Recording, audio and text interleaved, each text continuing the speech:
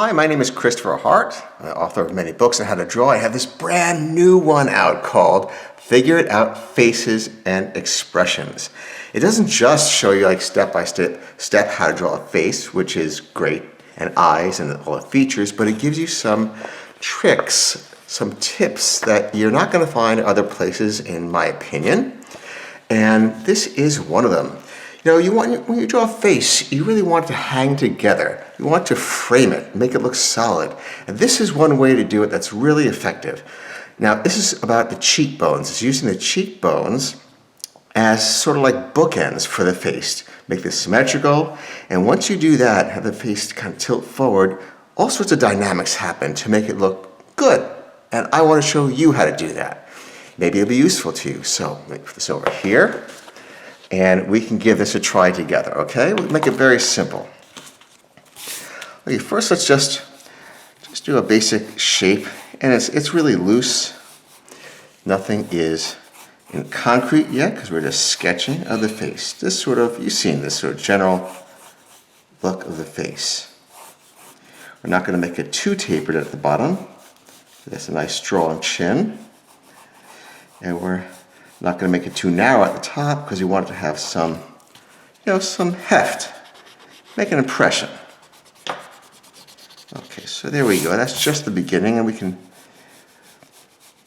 darken it as we go. I like to put the neck in early because it kind of inspires me. It looks like what it's supposed to be, and that's it gets you going, rather than just wait to the very end. Let's put the center line down, kind of bifurcate it just like this. Now bring the chin down a little lower. You can make any change you want as you go along. You don't need to get it perfect or draw it perfectly that first time. Now, I'm going to have him go look down just a little bit so we can see those cheekbones get prominent. So I will make the center line a little lower than halfway, like that. Just kind of bend it like that. And so let's get that bridge of the nose going on one side. We'll bring those nostrils out. We'll also bring the lips a little closer to the nose than if you were straight forward, because he's coming this way, like this. So it makes the nose look closer to the lips. Here's a bottom lip. And upper lip, just nice and easy, not too much definition. Now bring those nostrils like so, and the tip of the nose like this. Now let's bring the other side over here, this side and this side. Give it a sharp angle right here. You know what that's called? That is called the angle of the jaw. And that is actually an anatomical term because the jaw has this very sharp angle. It's often hidden by the masseter muscle, which is the jaw muscle, that jaw muscle we all use for chewing, that powerful muscle. So you don't see it, but if you look at a skull, you will see it. And it helps to show it in a drawing. Makes it look more authentic, more authoritative. And a little bit of a shadow under the bottom lip. And now bring this down with a little angle here, a little tapered angle. We haven't gotten to that main point yet, which I'm going to show you in a minute. We're just getting ready. But you see how the nose and lip is close together here.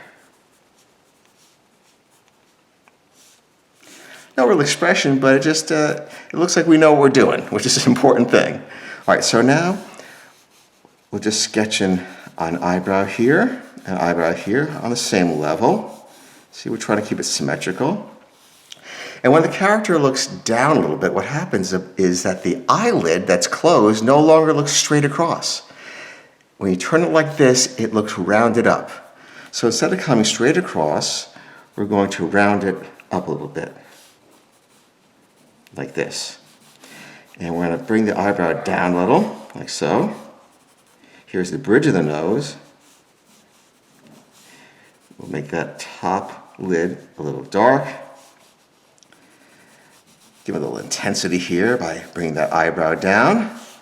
And we can also do that by giving a little shading on the side of the nose, like that. See? It's coming along. I'm going to bring this in a little bit. I like that thin, and this is a little thick, so I'm going to make an adjustment. And you can make any adjustment you like. You could say, I like it thick, and you make that part thicker. Okay, right like this. So now what happens? This is something I want to show you I think is interesting.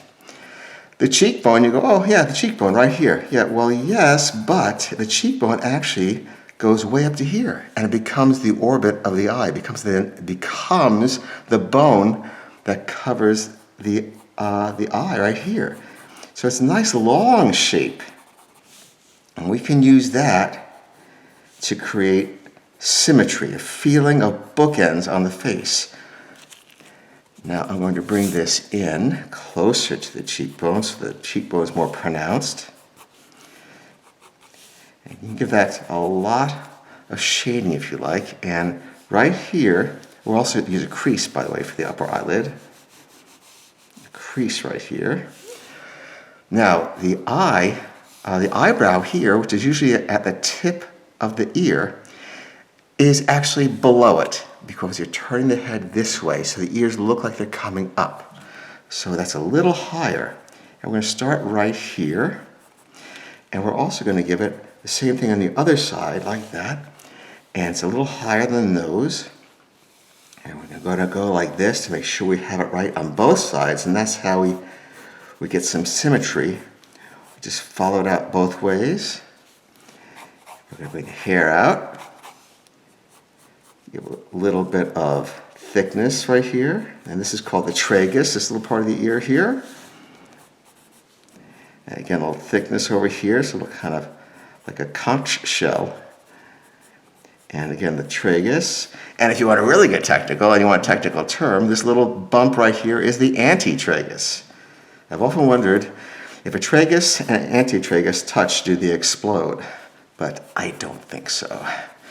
All right, so we'll bring this kind of nice haircut here, a little stylish because it's got kind of edges to it. We'll bring it down like so.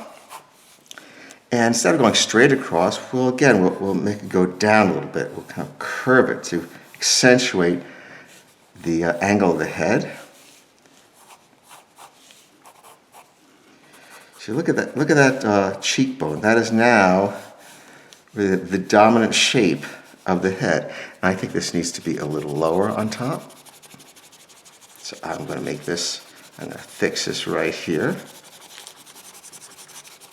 And we could keep it, but I just think it would be nicer, look a little better if we brought it down, pushing it down on that face.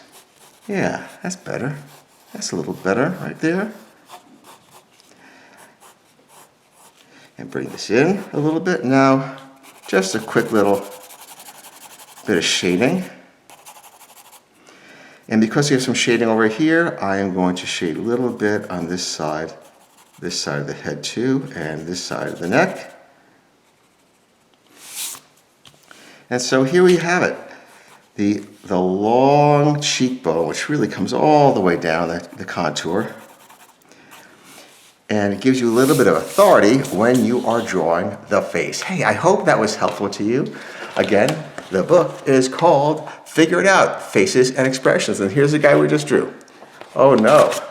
Yes, there he is. That's the guy. I enjoyed this. I hope you did too. Please subscribe, and I'll see you next time. Bye-bye.